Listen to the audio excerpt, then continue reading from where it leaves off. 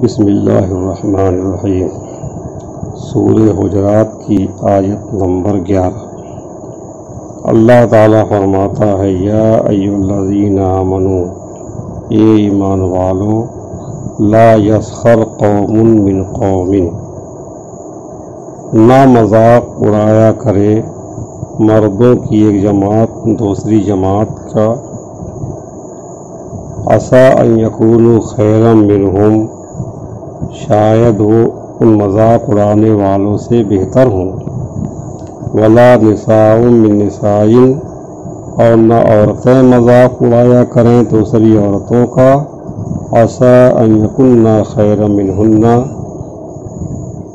شاید وہ ان سے بہتر ہوں، ولا تلمزوا انفسکم، اور نہ عیب لگاؤ ایک دوسرے پر، ولا تنابزوا بالالقاب، اور نہ برے القاب سے کسی کو بلاؤ، بئس الاسم الفسوق بعد الایمان، کتنا ہی برا نام ہے مسلمان ہو کر فاسق کہلانا، ومن لم یتب، اور جو لوگ باز نہیں آئیں گے اس روش سے، جو لوگ باز نہیں آئیں گے، فاولئک ھم الظالمون، تو وہی لوگ ظالم ہیں، وہی لوگ بے انصاف ہیں۔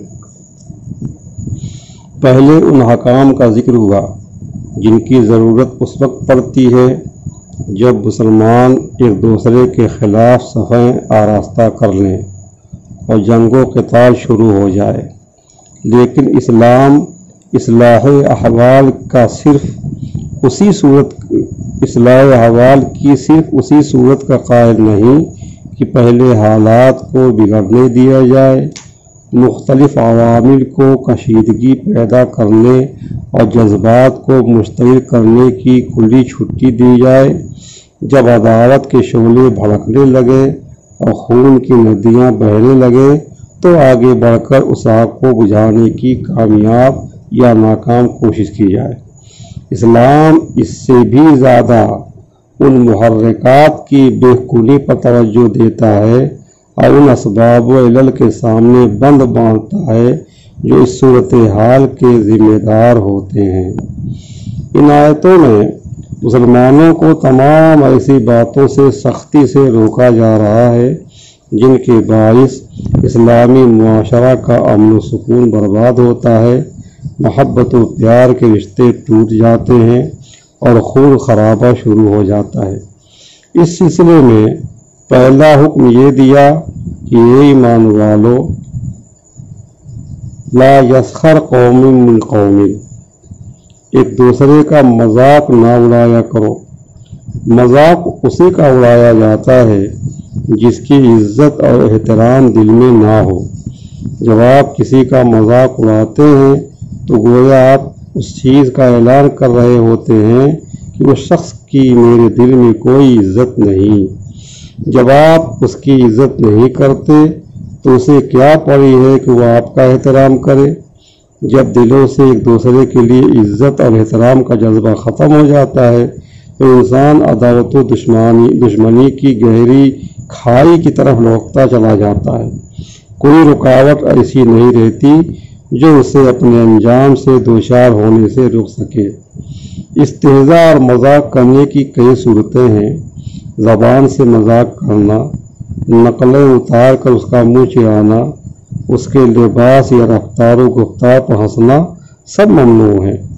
یوں تو شریعت کے سارے احکام عموماً مرد و عورت سب کے لیے ہوتے ہیں اور تغلیب کے طریقے پر مذکر کا صیغہ ہی استعمال ہوتا ہے، لیکن جو خرابی عورتوں میں نسبتاً زیادہ پائی جاتی ہے اس کو روکنے کے لیے عورتوں کو الگ مخاطب بنایا جاتا ہے۔ یہاں بھی عورتیں چونکہ دوسروں کا مذاق اڑانے اور ان پر پھپتی کسنے میں بڑی تیز رفتار ہوتی ہیں، اس لیے یہاں اس نازیبا حرکت سے باز رہنے کا الگ حکم دیا اور اس کی وجہ بھی بتا دی کہ جن کو تم حقیر سمجھتے ہو اور ان کا مذاق اڑاتے ہو، ممکن ہے اللہ تعالیٰ کی بارگاہ میں ان کی شان تم سے کہیں زیادہ بلند ہو۔ اور دوسرا اور تیسرا حکم جو ہے بعد میں بیان ہوگا۔ بسم اللہ الرحمن الرحیم۔ سورہ حجرات کی آیت نمبر 11 میں ہم نے عرض کیا تھا کہ اللہ تعالیٰ نے اپنے بندوں کو 3 باتوں کا حکم دیا ہے۔ پہلا حکم یہ کہ اے ایمان والو، ایک دوسرے کا مذاق نہ اڑایا کرو۔ اس پر تفصیل سے گفتگو ہو چکی ہے۔ دوسرا حکم یہ دیا کہ وَلَا تَلْمِزُوا أَنفُسَكُمْ، ایک دوسرے پر عیب نہ لگاؤ۔ لمز سے تلمزو بنا ہے۔ لفظ لمز کی تحقیق کرتے ہوئے علامہ ابن منظور لکھتے ہیں کہ کسی کے منہ پر اس کی عیب جوئی کرنا یہ لمز ہے۔ اصل میں آنکھ، سر کے اشارے یا زیر لب آہستہ سے کسی کی عیب چینی کی جائے تو کہتے ہیں لمزہ فلاں نے عیب جوئی کی۔ لا تلمزو فرما کر بتا دیا کہ کسی طرح بھی تمہیں اجازت نہیں کہ اپنے بھائی کے عیب گنواؤ اور اس کی خامیوں اور کمزوریوں کو اچھالتے رہو۔ اور علامہ راغب لکھتے ہیں کہ لمز کیا ہے؟ کسی کی کمزوریوں اور عیبوں کا کھوج لگاتے رہنا۔ ہر آدمی میں کوئی نہ کوئی عیب ہوتا ہے، وہ نہیں چاہتا کہ اس کا عیب ظاہر ہو۔ اگر کوئی شخص اس کی خامیوں کا برملا اظہار کرتا ہے اور اس کے عیبوں کے کھوج میں لگا رہتا ہے تو اس کا کبیدہ خاطر ہونا ایک قدرتی امر ہے، تکلیف اس کو ہوگی، اور قرآن کریم اس کی اجازت نہیں دیتا۔ قرآن کا اسلوب ملاحظہ ہو، یہ نہیں کہا کہ تم ایک دوسرے کی عیب چینی نہ کیا کرو، بلکہ فرمایا لا تلمزوا انفسکم، یعنی تم اپنی عیب جوئی نہ کیا کرو۔ مقصد یہ ہے کہ جس کی برائیاں کرتے تم نہیں تھکتے وہ کوئی غیر تو نہیں، وہ تمہارا اپنا بھائی ہے، اس کی بدنامی تمہاری بدنامی ہے، اس کی فضیلت اور رسوائی ہوئی تو شرمندہ تم ہوگے۔ اور اس سے یہ مطلب بھی لیا جا سکتا ہے کہ جب تم کسی کی پردہ داری کرو گے، کسی کا عیب کھولو گے تو وہ تمہارے عیوب و نقائص کو بھی ظاہر کرے گا۔ تم اس کی عیب جوئی نہ کرتے تو تمہاری نہ کرتا۔ اب تمہیں جو شرمندگی ہو رہی ہے یہ تمہارے اپنے کرتوتوں کا نتیجہ ہے۔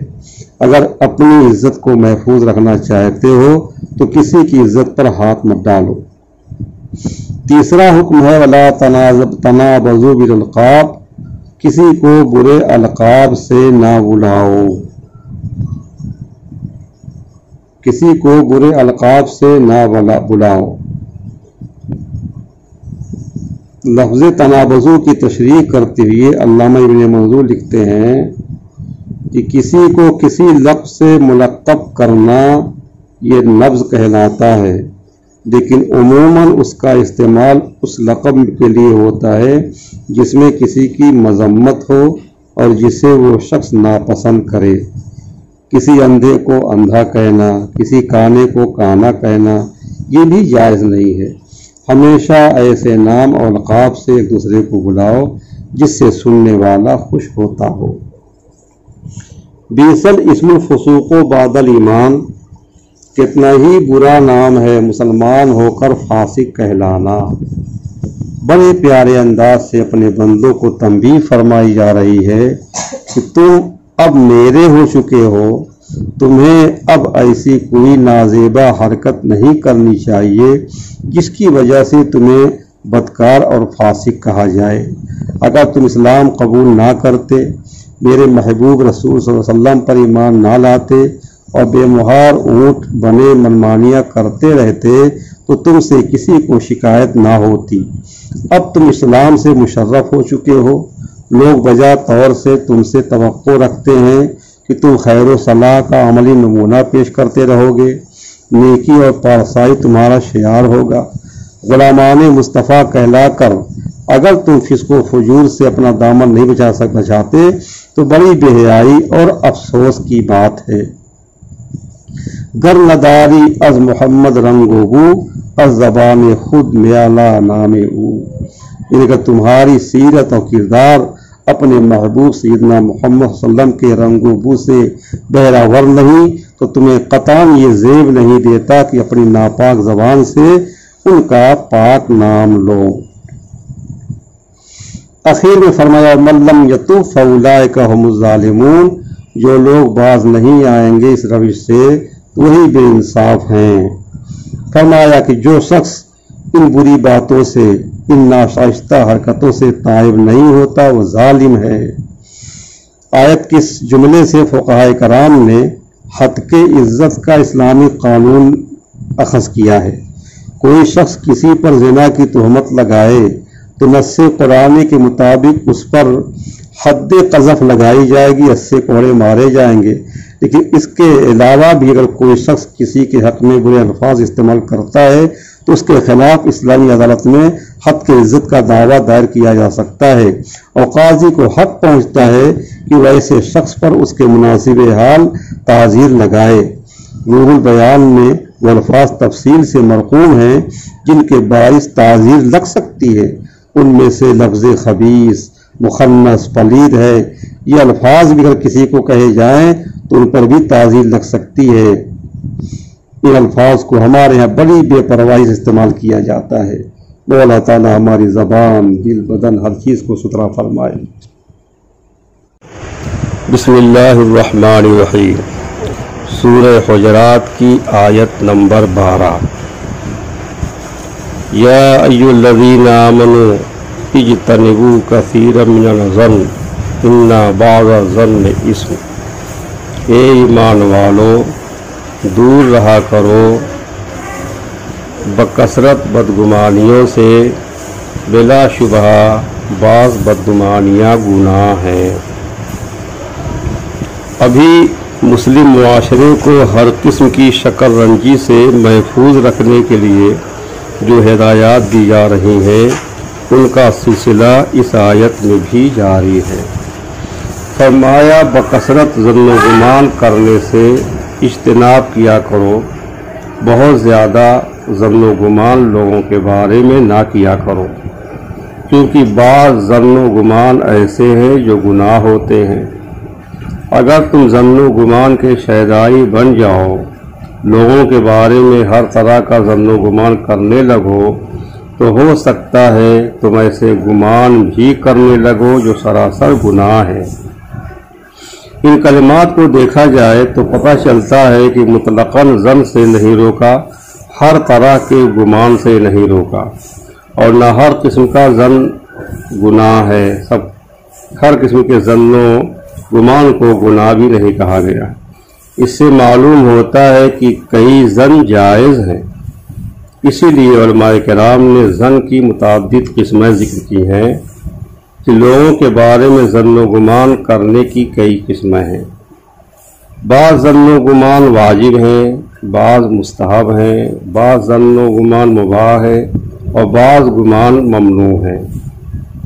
جو ظن و گمان واجب ہیں ان کی مثال، اللہ تعالیٰ کے ساتھ حسن ظن کرنا واجب ہے کہ اللہ رحیم ہے، رحم فرمائے گا، بخش دے گا، معاف کرے گا، تو اچھا گمان کرنا اللہ تعالیٰ کے ساتھ یہ واجب ہے۔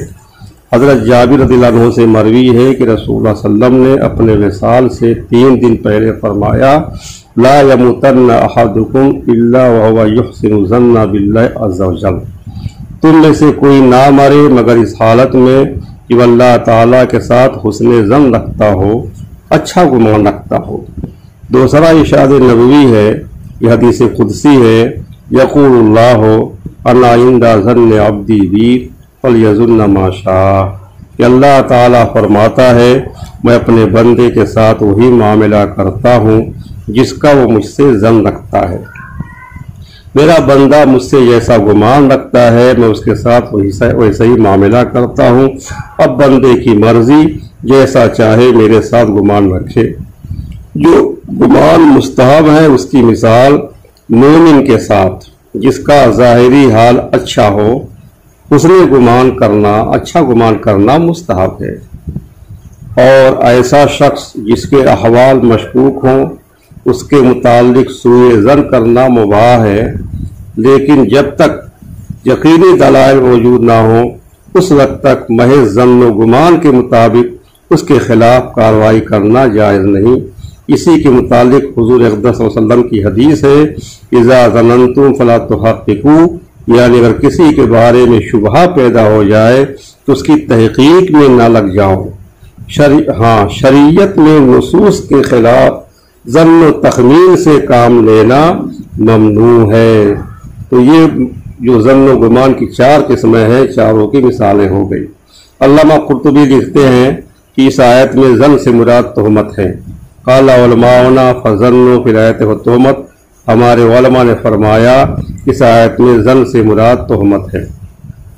اور اس قول کی دلیل انہوں نے یہ پیش کی ہے کہ بعد میں فلا تجسسوا فرمایا ہے، کیونکہ جب کسی پر تہمت لگتی ہے تو طبیعت چاہتی ہے کہ اس کا سراغ لگایا جائے اور صحیح حالات پر آگاہی حاصل کی جائے۔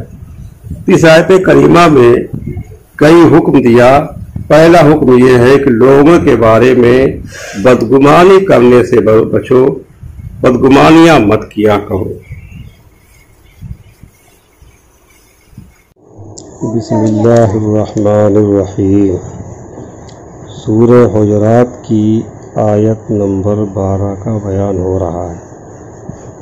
اس میں پہلا حکم تو یہ دیا کہ بدگمانیاں مت کیا کرو، اور دوسرا حکم دیا جا رہا ہے ولا تجسسوا، اور نہ جاسوسی کیا کرو۔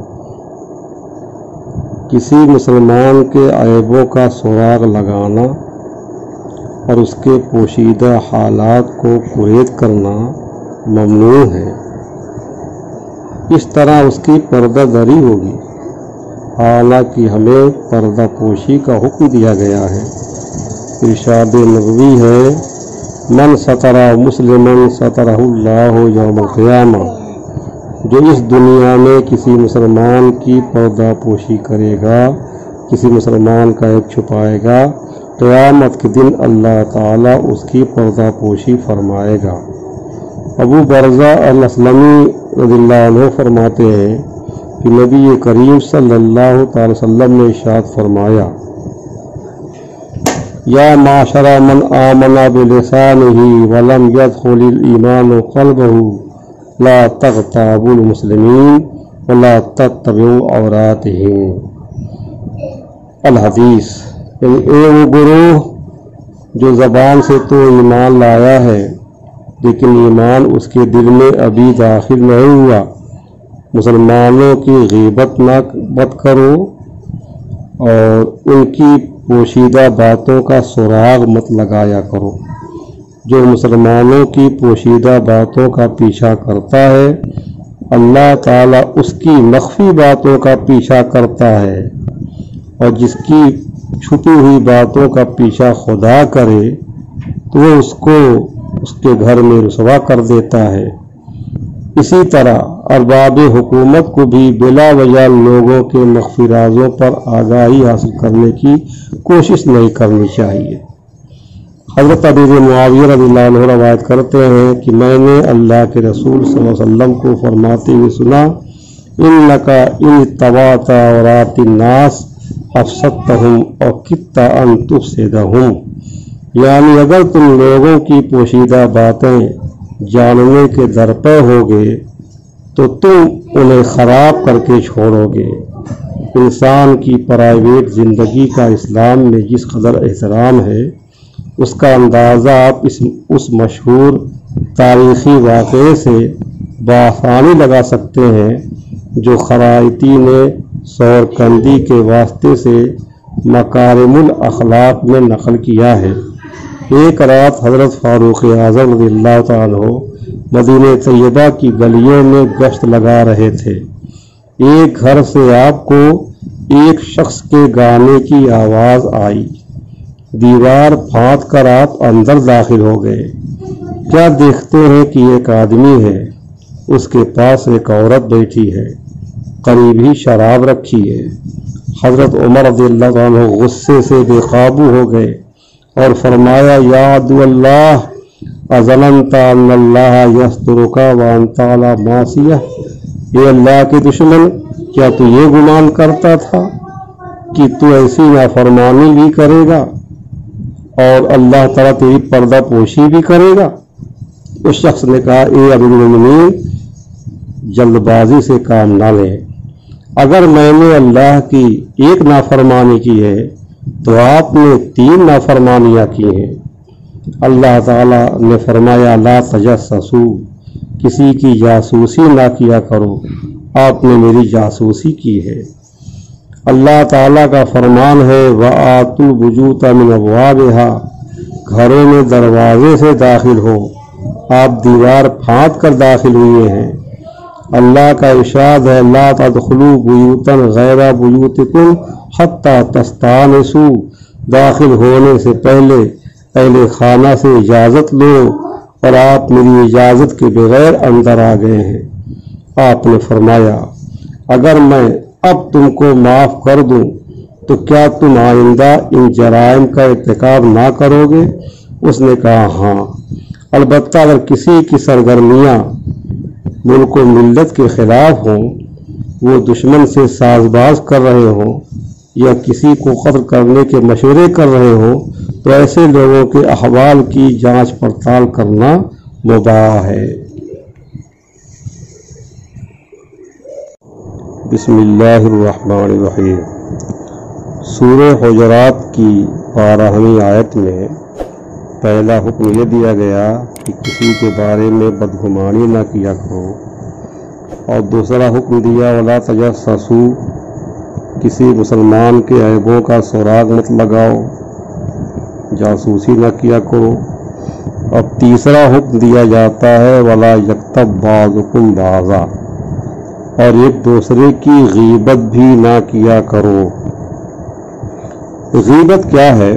غیبت کی تعریف خود زبان رسالت نے بیان فرمائی۔ ایک دن حضور صلی اللہ علیہ وسلم نے دریافت کیا کیا تم جانتے ہو غیبت کیا ہے؟ صحابہ نے عرض کیا اللہ و رسول عالم، اللہ اور اس کا رسول ہی بہتر جانتے ہیں۔ حضور صلی اللہ علیہ وسلم نے فرمایا ذکر کا اخاک بما یکرہ، اپنے بھائی کا ایسا ذکر جسے وہ ناپسند کرے۔ تو عرض کی گئی یا رسول اللہ اگر وہ بات اس میں پائی جاتی ہو تو بھی اس کا ذکر غیبت ہے؟ فرمایا ہاں، اگر وہ بات اس میں پائی جاتی ہے اور تو اس کا ذکر کرے تو نے غیبت کی، اور اگر ایسی بات کا ذکر کرے جو اس میں نہیں پائی جاتی تو نے اس پر بہتان باندھا۔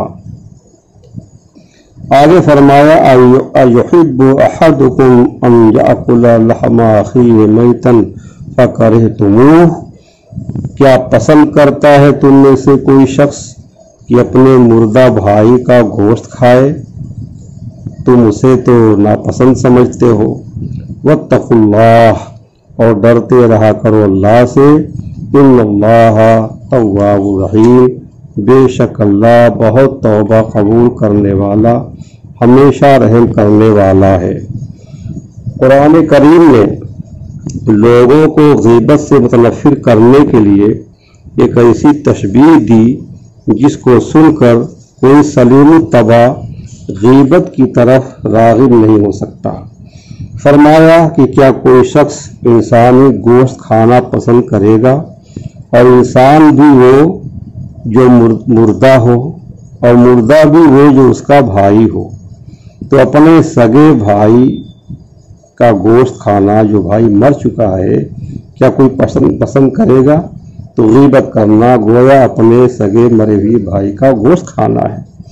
اسی چیز کو ایک مرتبہ حضور صلی اللہ علیہ وسلم نے ایک اور انداز سے بیان فرمایا کہ جب حضرت ماعز نے زنا کا اعتراف کیا اور حضور صلی اللہ علیہ وسلم نے انہیں سنسار کرنے کا حکم دیا تو حضور صلی اللہ علیہ وسلم نے سنا کہ 2 آدمی آپس میں اس طرح کی گفتگو کر رہے ہیں کہ اس شخص کی طرف دیکھو، یعنی حضرت ماعز کی طرف اشارہ کر کے ماعز کی طرف کہ اس شخص کی طرف دیکھو جس کا گناہ اللہ تعالیٰ نے ڈھانپ دیا تھا مگر اس نے خود انکشاف کیا، ظاہر کر دیا۔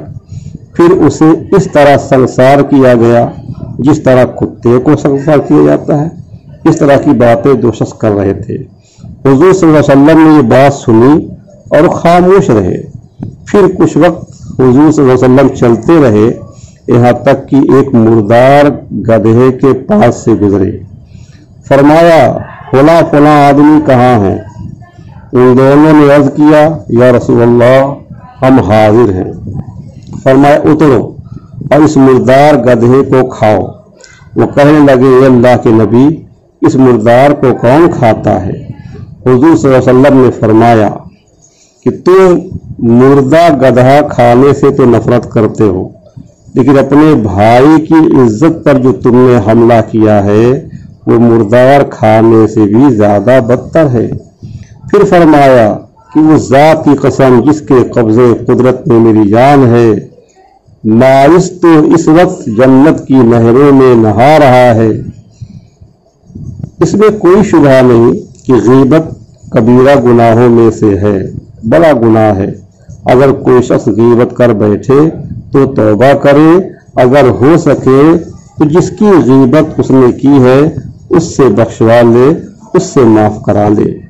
حضرت حسن بصری رحمۃ اللہ علیہ سے مروی ہے کہ غیبت کا کفارہ یہ ہے کہ جس کی غیبت تم نے کی ہے اس کے لیے کثرت سے مغفرت اور بخشش کی دعا مانگو۔ بسم اللہ الرحمن الرحیم۔ سورہ حجرات کی آیت نمبر 12 کی تفسیر بیان ہو رہی ہے۔ اس میں تیسرا حکم جو دیا ہے وَلَا يَغْتَبْ بَعْضُكُمْ بَعْضًا، کہ ایک دوسرے کی غیبت نہ کیا کرو۔ غیبت پر ایک بیان ہو چکا ہے اور غیبت سے متعلق چند حدیثیں آپ سن لیں۔